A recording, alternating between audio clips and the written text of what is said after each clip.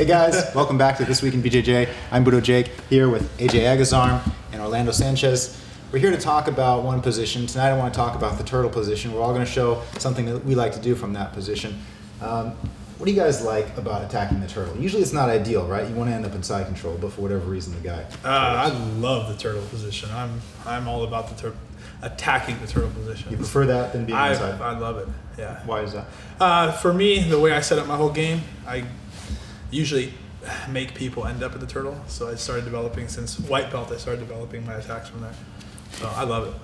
Coming from wrestling, you know, the turtle position is real common, especially when I started jiu-jitsu. It was really odd for me to be able to start attacking people when they're on their back, but I've grown to like the position really a lot. You know, if I get to that position, I can really see myself being in a dominant position to finish the match. I fight MMA too, and it is my a little bit. Can you tell? But I love the position for MMA, for mixed martial arts. It's an awesome position to get your opponent in. So if you can develop yourself, which I'm going to show in the seminar next, how to get somebody into the turtle position, especially for mixed martial arts, man, do some serious damage. Right. Like Orlando just said, there's going to be a seminar coming up right after this, and he's going to teach attacks from turtle, guard passes, all kinds of cool stuff. So stay tuned for that. AJ, you want to start us off tonight? I guess so. All right, let's do it. Good play. You want to do it on the table? Yeah, I think he's a little bit bigger for me. Yeah. So we're gonna start. Actually, I learned this position from Professor Zehajiola. I like to start in the clock choke position with the cross over the shoulder. When I get this position, you know, a lot of times we like to go to the clock choke and start walking and get the choke. Here, instead of going to the wrist, we're gonna keep the choke here, and I'm gonna grab on the side of his pants. There's always a crease here.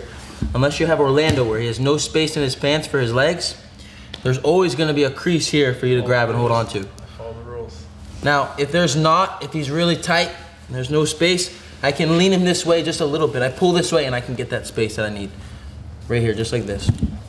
Then after I hold this position here, I'm keeping pressure on, because what my partner wants to do is he wants to bring this shoulder to the mat to get me to go here till he can return the guard.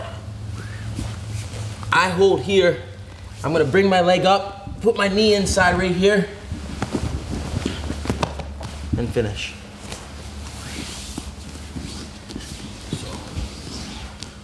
I'm elevating my body to just bring my knee right inside.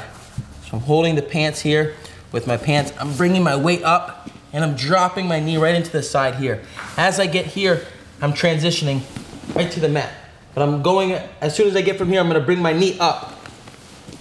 And I like to block his hand from stopping the choke. When your partner taps, let go. Super tight. So one more time.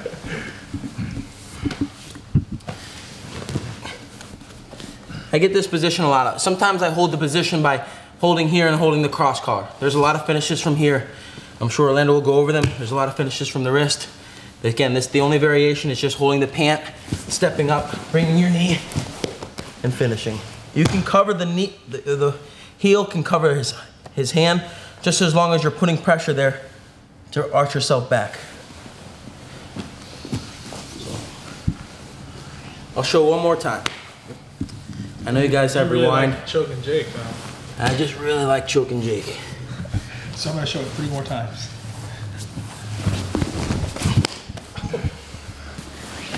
So, really sweet position. Hope you guys like. I like the turtle position a lot because it's really dominant for me to be able to get submissions, take the guys back past the guard. And I don't know, you think it's type of choke? My shoulders didn't even hit the mat and I was already... The most important thing is the collar here and getting that pant and turning over. But when you get the cross collar, you have to have the good grip.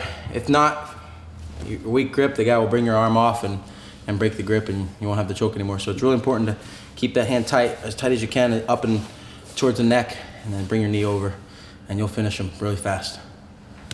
All right, technique number 2. This time is from when you have the turtle position, you have one hook in. It's oftentimes not too difficult to get one hook in, but getting the second one can be difficult.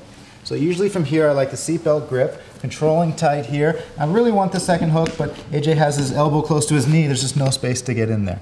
And from here, for AJ to defend the choke, oftentimes he's going to lift my hand up and over his shoulder. So now you might think you're in a really bad position, but you're in a good position to go for the guillotine. So here my hand's already in place. I'm just going to roll my wrist forward and fall back to my butt. This hand's going to come in front of his shoulder. This leg comes up over the hip line and pull up to finish the guillotine. Ah, that's pretty cool. It's in front of my shoulder. Yeah, you could go for the arm in guillotine as well if you'd like. Here, seatbelt control, one hook's already in. If he leaves space like this, boom, I'm just going to put the hook right in. But here he's not giving the space. He's going to lift my arm up and over, going to fall back, and this leg's going to come right over to stop his escape. Sometimes you can even get a one-handed choke, but for extra security, reach your hand right in there and curl your hand up to finish. One last time. One hook in, seatbelt grip. If he doesn't lift your hand up and over and you want to go for this finish, you can always just put it there yourself. Fall back. Sweet. Last but not least, Orlando. Technique number I'm the dummy. 3. Jeez. Okay, let's turn this around a little bit here. I like to make things really simple, but at the same time, I like to catch people off guard.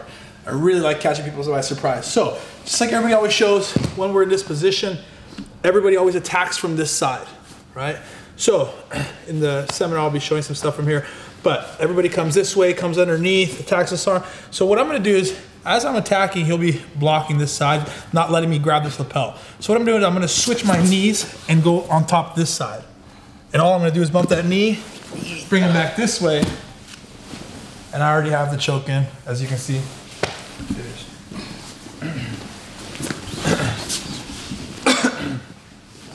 So again, we're here, right?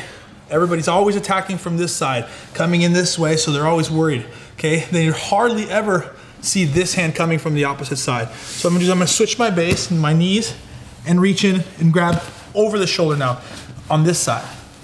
And now all I'm gonna do is simply lean, whoop, and I already have him in this choke. I can reach down and grab his leg, boom, and start choking from there. One more time. Side, Adrian? I think one of the, if Orlando could have a little bit more weight on him, it would probably be a lot tighter, but. If I was a little stronger, Jake's gonna sell me some kettlebells, so I'm gonna start working. Q5. So I'm here, right? Tricking him, you know, maybe playing with his hair, brush it to the side a little bit, give it a smell. Okay, it smells delicious. But I'm really gonna be going this way. So I'm playing with him over here, hitting him over here. I switch this way. Whoop. And now I got him. Whew. Man, your hair smells good, AJ. I know, it's sea salt for those of you who want to know. AJ, Orlando, thanks for sharing the turtle attack techniques tonight. And as I already said, the seminar with Orlando Sanchez starts right after this. If you're not able to watch this live, you can always check it out later on demand on BudoVideos.com. Thanks for watching, guys. We'll see you next time. That concludes this installment of This Week in BJJ. Watch and review past episodes on iTunes and YouTube. And then be sure to join us again right here for another live edition of This Week in BJJ. Brought to you by BudoVideos.com.